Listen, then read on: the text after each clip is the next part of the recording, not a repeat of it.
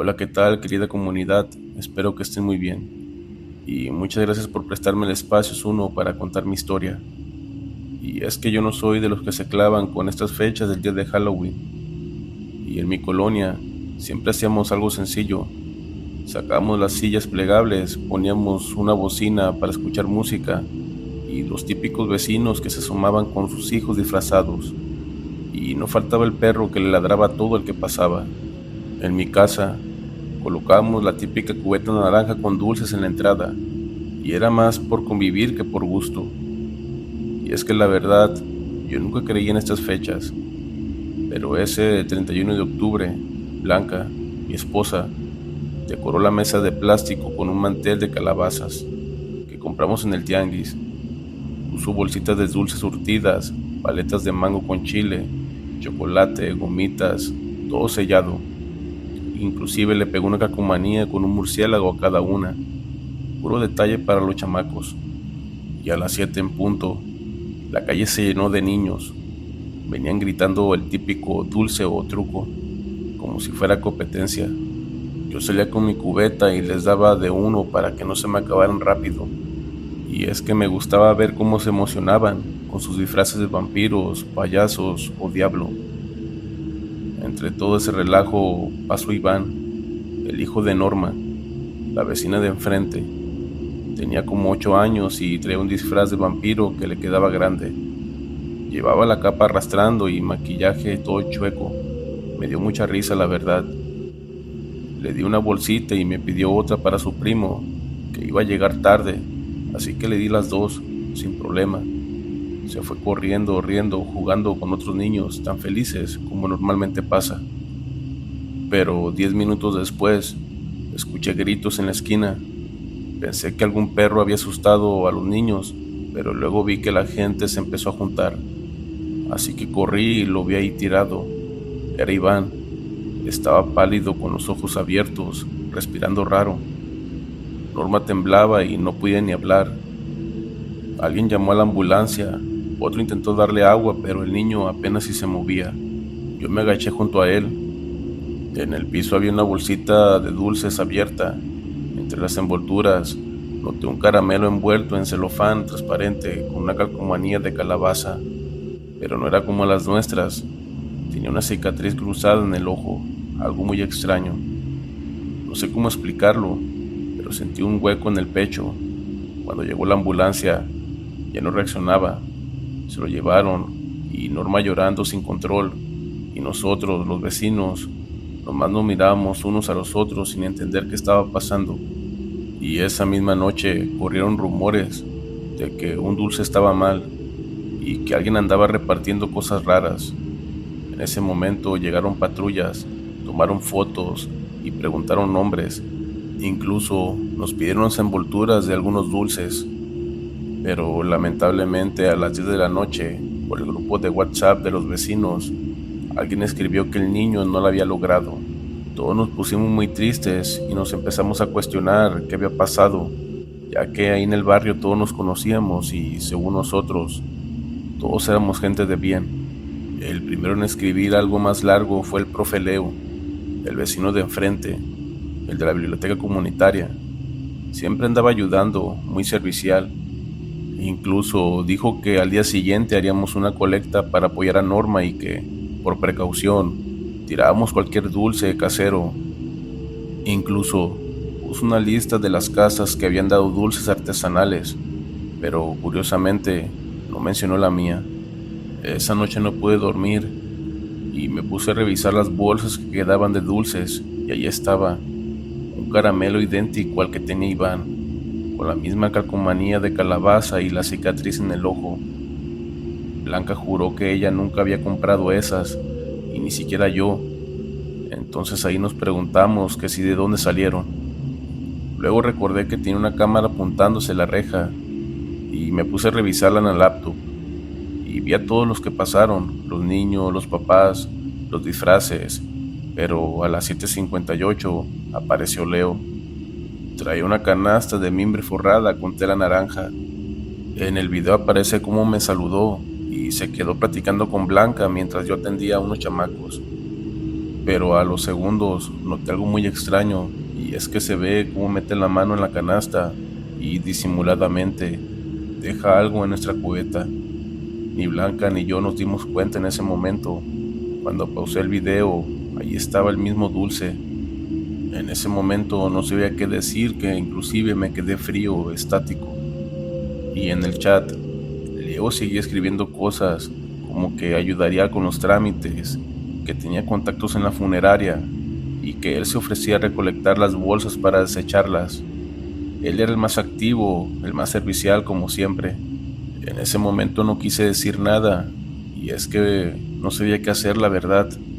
No sé si tenía miedo o simplemente no quería hacer más grande este asunto, pero a las 11 de la noche tocó el timbre y era él. Vestía sudadera gris, con su rostro como si no rompiera ni un plato, bien lo recuerdo. Solo vengo a ver si le sobran dulces, me dijo. Mejor tíralos, por prevención. Ya los tiré, profe, le contesté con una voz media temorosa. Él solo sonrió tranquilo y me dijo, cualquier cosa, estoy aquí, y se fue. Esa sonrisa me revolvió el estómago, y es que esa amabilidad suya tan normal siempre fue de los más queridos del barrio. Ayudaba a todos, organizaba las posadas, daba clases gratis. Aún no me pregunto por qué habría hecho algo así. En la madrugada salí con la excusa de sacar la basura, pero me acerqué al bote de su casa y arriba, entre los platos desechables, había una bolsita con calcomanías iguales a la del dulce. Y recuerdo bien que en uno de los recibos que tenía decía Papelería Lupita, 31 de octubre, 5:12 p.m. Había comprado 4 hojas el desgraciado. Me regresé a casa pensando en qué hacer. Al día siguiente, cuando salí por café, me encontré con Norma. En ese momento la abracé y la consolé. No tenía fuerza ni para hablar. Dijo que en unas horas iría por el cuerpo de su hijo. La verdad es que aún no lo creía. Y al regresar, ahí estaba el desgraciado, muy quitado de la pena, barriendo su banqueta con tal normalidad. En ese momento lo saludé, le dije, ¿qué tal, profe? ¿Cómo está? Bien, joven, gracias. Levantó la vista con esa calma que da coraje. Y sobre su mesa tenía un frasco de tamarindos caseros. Eso les di ayer a los grandes, comentó sonriendo, y a los niños puro dulce sellado. Me acerqué y levanté el frasco y noté que tenía restos pegados, como si lo hubieran lavado a medias. Olía raro, dulce, pero pesado. Esa misma tarde hice lo que tuve que haber hecho desde un principio. Le mandé el video a la policía, me citaron a declarar y les conté todo, hasta lo del frasco. Me dijeron que ya tenía otros reportes con dulces iguales y que, en algunos, habían encontrado algo adentro. No quisieron dar detalles, solo dijeron que no era una broma. Esa noche fui al velorio y Leo estaba ahí, ayudando como si nada. Llevó una libreta y se ofreció a ir por el acta de defunción, consolando a Norma. Todos lo veían como un héroe, pero yo lo observaba desde una esquina, y en ese momento vi que se guardó un par de bolsas de Ziploc en la sudadera. Dijo que era para guardar las flores, pero a mí me dio otro tipo de impresión. Yo actué normal en su momento, y es que no quería levantar sospechas ni tampoco que él se alertara de lo que había hecho. Al día siguiente llegaron las patrullas y lo sacaron de su casa sin escándalo. Se veía tranquilo, con la cabeza agachada. Los vecinos no podían creerlo, ya que era imposible, si es un buen hombre. Unos decían eso y otros nada más se quedaban callados. Después se supo lo que se encontró. Había frascos con restos de tamarindo, polvo azul en una bolsa sin marca y servilletas manchadas, y las mismas calcomanías con cicatrices. En su celular había búsquedas de síntomas, tiempos y dosis, y todo apuntaba a lo mismo.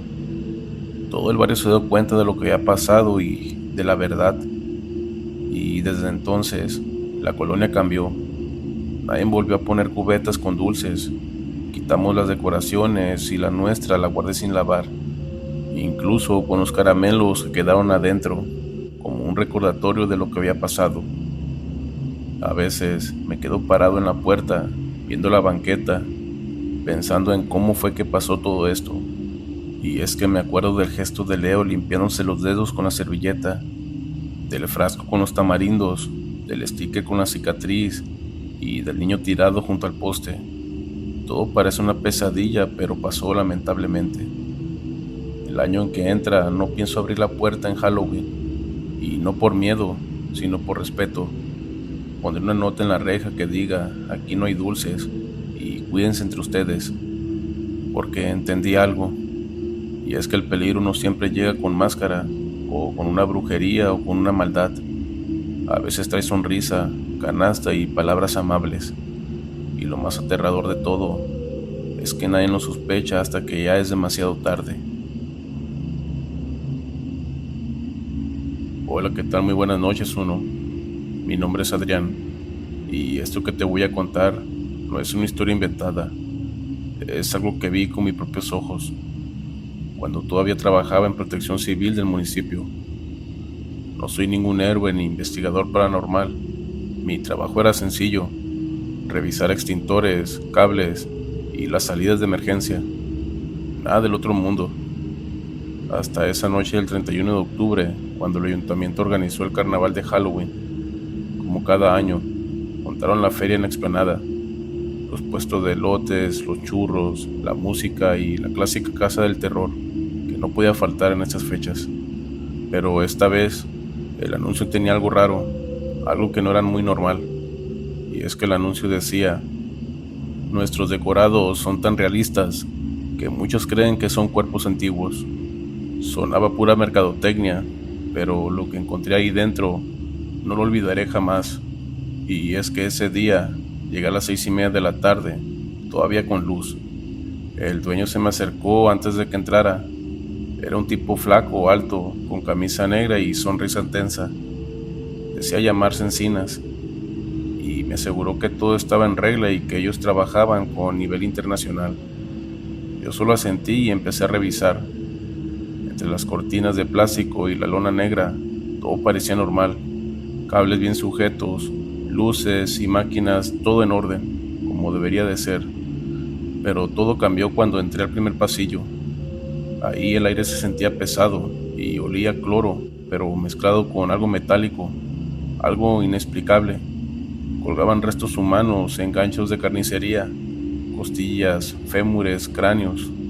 Pensé que eran de utilería en ese momento, claro, pero se veía demasiado reales. Y la verdad, me quedé algo aterrado.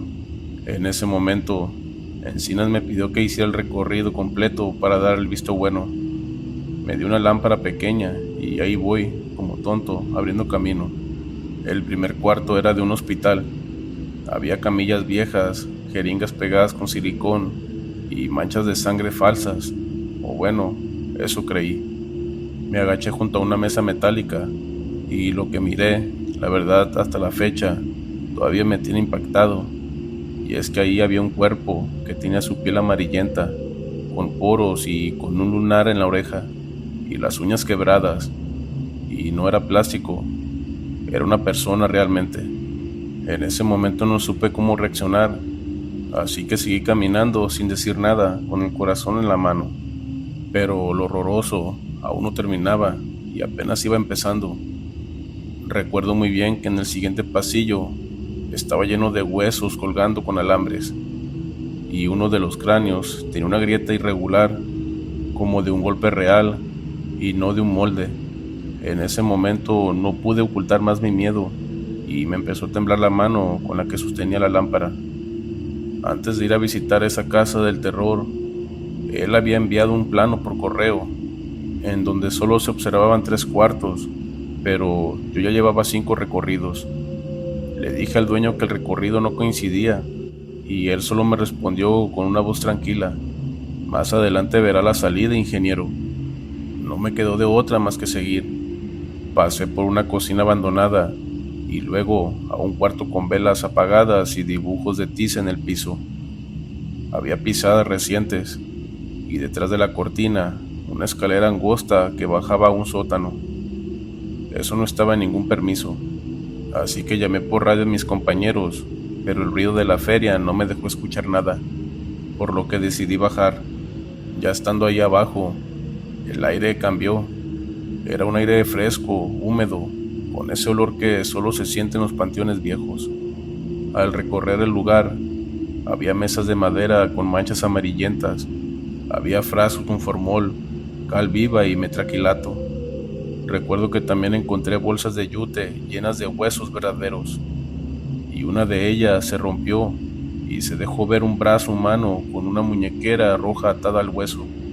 En ese momento ya no quedaban dudas, y más al fondo encontré una puerta metálica y la abrí despacio. Era una sala grande, iluminada por focos quirúrgicos. En el centro había 3 cuerpos preparados, uno cosido del pecho con un hilo grueso, otro con una máscara hecha de piel ajena, y el tercer cuerpo sentado en una silla vestido de brujo, con la cabeza sostenida por un arnés transparente. A sus pies había un altar. En él había veladoras apagadas, monedas de distintos países y fotos en blanco y negro recortadas, y en la pared colgaban recortes de periódicos sobre rituales coloniales y momias encontradas en fosas. Sobre la mesa había un cuaderno y decía cosas como: las máscaras devuelven las maneras, el hueso antiguo invita a los que faltan, 31 de octubre, ensayo del llamado. Y ahí entendí todo. El tipo no hacía teatro, hacía rituales. En ese momento escuché pasos arriba. Eran pasos pesados, y por la puerta por donde había entrado se cerró sola. Intenté abrirla, pero estaba cerrada con seguro desde afuera. De inmediato me escondí detrás de una rejilla que estaba media suelta, y en ese momento entraron 2 personas. Una voz, la de Encinas, dijo: que no se muevan hasta que yo lo diga. La otra voz respondió que el público quería ver más sangre, y Encinas contestó: la sangre distrae, pero lo importante es la forma, que vean sin saber lo que ven. Yo en ese momento me quedé quieto, con la libreta en el piso y mi nombre escrito a medias, mientras ellos revisaban las mesas, y una vez que terminaron, al rato se fueron. Salí y subí por la escalera y escuché al público gritar. Ya habían abierto la casa, gente tomando selfies con los cuerpos, niños riéndose frente a cadáveres de utilería que no eran utilería. En ese momento vi a Encinas sonriendo, atendiendo al público. Lo tomé del brazo y le dije en voz baja: esto se acaba ahora por seguridad. Él me miró con calma, sin asomo de culpa, y me dijo en ese momento: cierre usted lo que quiera, ingeniero. Yo cumplo con la experiencia prometida. En ese momento grité: se acabó el espectáculo y se va a cerrar la casa por unas fallas eléctricas. El público protestó, pero no me importó. En ese momento cerré la casa y llamé a las autoridades. Cuando llegaron, bajaron al sótano a revisar, pero subieron pálidos, y es que había 3 cuerpos humanos y piezas reales, provenientes de fosas antiguas y cementerios removidos. El brujo había sido enterrado en el año 1986. A Encinas se lo llevaron sin oponer resistencia. Él decía que lo que él estaba haciendo era arte, y que conservaba la memoria, que no era ningún delito y que solo era incomprensión. A la semana me llamaron para reconocer objetos, y uno de los cuerpos tenía denuncia de desaparición. Otro llevaba la misma muñequera roja, era la de un entierro reciente. Ese día jamás lo voy a olvidar, y es que miré tantas cosas macabras y bizarras que aún me quitan el sueño. Incluso a veces cuando me estoy bañando o barro la cochera, me llega ese olor a cloro con metal, y me recuerda de esa sala, de ese cuaderno y de los ojos vacíos del cuerpo sentado.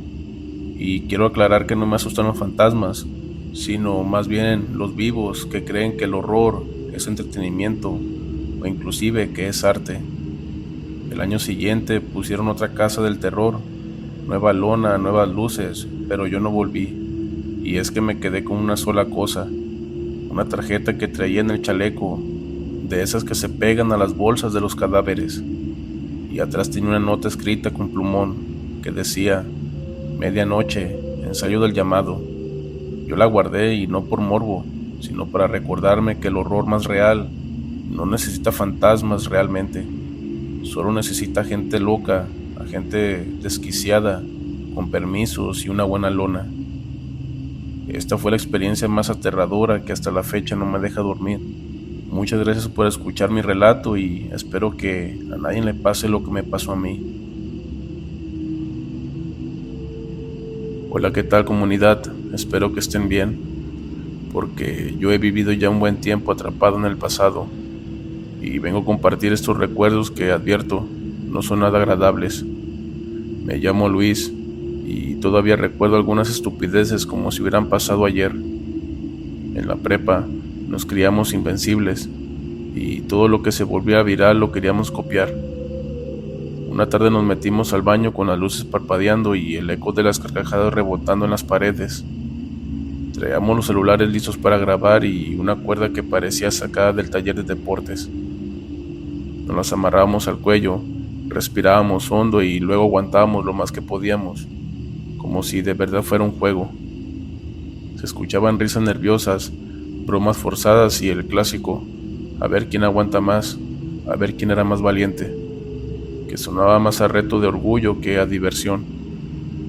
Todo lo grabábamos, como si ser valiente frente a la cámara fuera lo más importante que cualquier otra cosa. El primero que se animó lo hizo entre risas, y cuando por fin soltó la cuerda cayó al suelo jadeando con los labios morados, al punto de desmayarse. Nosotros, muertos de risa, como si nada.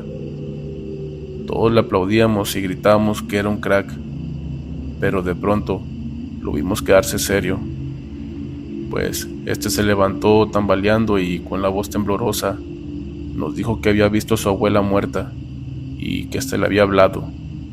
Hubo un silencio raro por un par de segundos, hasta que alguien soltó una carcajada y todos nos empezamos a burlar.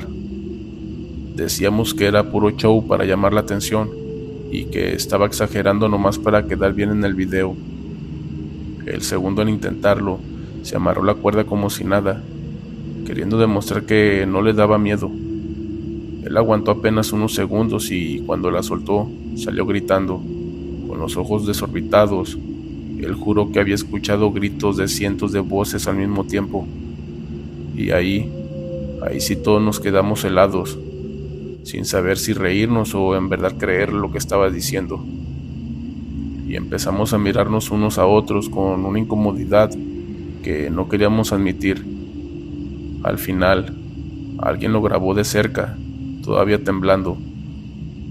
Ese video fue el que empezó a circular por todos los grupos de la escuela y de pronto todos los querían intentar, y no por el reto en sí, sino porque se volvió popular presumir que habías visitado a la muerte unos segundos y regresado para contarlo. En los pasillos ya se escuchaba que solo los valientes lo intentaban, incluso algunos lo repetían con tono de burla, pero otros lo decían en serio, como si fuera una especie de prueba secreta que te daba un lugar entre los más duros de la prepa y los más populares. De pronto, empezó a correr el rumor de que quien lo hacía y regresaba era parte de una especie de iniciación, casi un ritual para ganar estatus. Ya no era solo un reto viral, se sentía como una puerta que separaba a los que se atrevían de los que no. Y en mi caso, nunca me animé a hacerlo, la verdad. Pues, ¿cómo explico esto? Yo era de los que metía presión y animaba a otros, pero me mantenía a raya con el reto. Prefería que se burlaran de mí a estar con los labios morados como los demás. Tras segundos de intentarlo, una tarde una maestra que era querida por su forma de ser, entró al baño justo en el peor momento. Uno de mis amigos estaba con el rostro morado, a punto de soltar la cuerda mientras los demás lo animaban a seguir. La maestra Esther reaccionó de rápido, lo jaló y le quitó la cuerda de encima. Esta se quedó helada unos segundos, como si no pudiera creer lo que acababa de ver. Luego gritó de puro coraje y miedo y nos llevó directo a la dirección. Estábamos todos ahí, incluidos los que solamente mirábamos, pues como dicen, el que está en la bola algo le toca. Sentía la cara quemándome de vergüenza y el estómago hecho un nudo, pues la mirada de la maestra no era solamente de enojo, sino más bien de horror, y en la sala de los maestros se armó la discusión. La mayoría estaba furiosos, diciendo que aquello no era más que una estupidez peligrosa que podía terminar en una tragedia, y de cierta manera tenían razón, pero hubo uno que, casi en susurros, preguntó: ¿qué será lo que ven? Esa pregunta dejó un silencio incómodo, y cuando nos hicieron hablar, los que habían estado ahí empezamos a explicar. Los que lo intentaron juraban que no era un simple mareo, que había visiones que eran demasiadas vividas. Decían que no soñaban, que podían oler la tierra húmeda, sentir el aire frío, escuchar claramente frases de sus familiares difuntos. Ellos contaban cada detalle con una seguridad que al menos a mí me dejó inmóvil, y algunos maestros se quedaron callados, como si en el fondo quisieran creerles. Ya después en el salón, después de toda esa plática, la maestra se quedó pensativa frente al pizarrón. La vimos bajar la mirada como perdida, y algunos nos dimos cuenta de que se estaba recordando a su hermano, el que había muerto en un accidente años atrás. Y en medio de ese silencio, casi sin querer, murmuró si acaso esa cuerda podría darle la oportunidad de volverlo a ver. Y aunque fuera por unos segundos, en lugar de espantarnos o decirle que no, la mayoría empezamos a alentarla. No sé en qué demonios estábamos pensando. Le dijimos que sería la primera maestra en intentarlo y que sería un acto valiente de verdad. Y ella, en vez de cortarnos de inmediato, parecía escuchar cada palabra con un brillo extraño. Un día, sin pensarlo demasiado, la maestra tomó la cuerda frente a todos. El salón se quedó mudo mientras ella aguantaba la respiración, y cuando por fin la soltó, se dejó caer sobre el escritorio llorando, con la voz quebrada, asegurando que lo había visto, que su hermano estaba allí. En los días siguientes, la maestra Esther empezó a cambiar. Llegaba más callada, con ojeras profundas, y parecía no escuchar del todo lo que pasaba en el salón. A veces se quedaba mirando al vacío, y en otras ocasiones murmuraba sola, como si estuviera respondiendo a alguien invisible. Nadie se atrevía a interrumpirla, pero todos lo notábamos. Sin esperarlo, a pesar de que era obvio, llegó la tarde más trágica de todas. Estábamos en clase cuando la vimos levantarse con una calma rara, casi resignada. Ella tomó el cable del proyector y, sin decir nada, lo rodeó en su cuello frente a todos nosotros. Apenas empezó a apretar sus labios, soltaron un susurro estremecedor, y con poca fuerza alcanzó a escuchar que dijo: hermano. Nos quedamos paralizados unos segundos antes de reaccionar, y la verdad es que éramos bastante estúpidos como para saber de qué forma reaccionar. Esto último ya no se trataba de valentía o un tonto reto para redes. Era literalmente ver a alguien quererse provocar daño con el deseo de volver a estar cerca de morir. Y en cuanto a nuestras mentes nos hicieron reaccionar a lo que estábamos pensando, corrimos a soltarla entre gritos y llanto, pero me temo que ya era tarde. La maestra se desplomó sin vida ahí mismo, frente a nosotros, sus alumnos. Recuerdo que el salón se llenó de muchos gritos. Nadie se atrevió a decir una sola palabra, pero todos sabíamos la verdad. Fueron nuestros relatos los que la empujaron a hacerlo. Cada historia que compartimos y cada detalle de las visiones le abrieron la puerta a esa obsesión que terminó matándola. La dirección no tardó en mandar a llamar a psicólogos para todo el grupo, intentando contener lo que ya se había desbordado. Nadie hablaba en voz alta, pero en el fondo todos entendíamos que no solo era culpa de ella, sino también de nuestras anécdotas, esas que habíamos contado con orgullo y que ahora pesaba más como piedras en la garganta. En esa sesión con los psicólogos, poco a poco fuimos soltando lo que nos pasaba. Al principio parecía coincidencia, pero pronto se volvió un patrón imposible de ignorar. Casi todos confesábamos lo mismo. A mitad de la noche, En las esquinas de nuestras habitaciones veíamos unos pies colgados balanceándose en silencio, como si alguien invisible estuviera suspendido allí. Algunos decían que era apenas sombras, otros que los alcanzaban a ver con claridad, que hasta distinguían los calcetines. Lo más bizarro fue cuando un par de maestros que jamás habían intentado el reto admitieron que también lo veían, pero nadie se atrevía a mencionarlo fuera de las terapias, pues como si hablarlo en voz alta lo hiciera más real y cercano. Yo me enteré porque tenía un familiar que estaba dentro del equipo de psicólogos, y al final oficialmente todo quedó archivado como un accidente trágico. Así lo reportaron y así se cerró el caso. Pero en la prepa todos sabíamos que había sido consecuencia de algo que superaba lo retorcido. El reto desapareció de las redes, borrado como si nunca hubiera existido, pero quedó grabado en nuestra memoria. Pasaron los años y cada uno siguió su camino, ya adultos con trabajos, familias y rutinas, y aún así, entre confesiones a media voz, todos admitimos lo mismo. Seguimos soñando con los ahorcados, y en esos sueños la presión en el cuello es tan real que nos hace despertar sobresaltados y jadeando. Pero lo peor no es eso. Lo peor es que, justo antes de abrir los ojos, siempre alcanzamos a ver a alguien colgado en nuestro cuarto, balanceándose en silencio, y nadie, ni uno solo de nosotros, ha logrado librarse de la marca de aquella experiencia. Si te gustaron los relatos, por favor, háznoslo saber con un comentario y un like. Y también comenta desde dónde nos estás viendo, para que esto siga creciendo. No olviden compartir el video con sus amigos y familiares, para que el miedo se siga esparciendo. Yo soy Zuno y nos vemos en la siguiente historia. Muchas gracias.